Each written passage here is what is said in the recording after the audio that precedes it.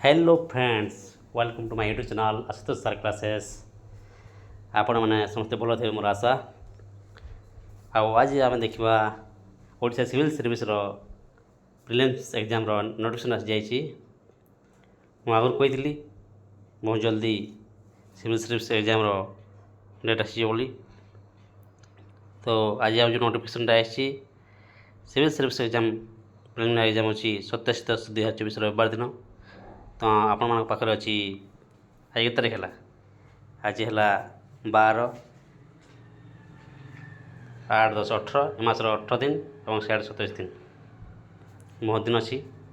दुटा पेपर आसी general study paper 1 paper 2 qualifying nature 33%।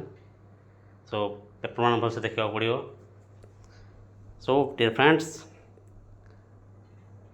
आगे बहुत भल भल वीडियो अपडेट आसो पेपर 1 सिविल सर्विस देखा।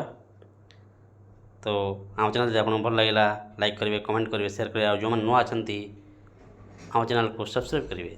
Thank you.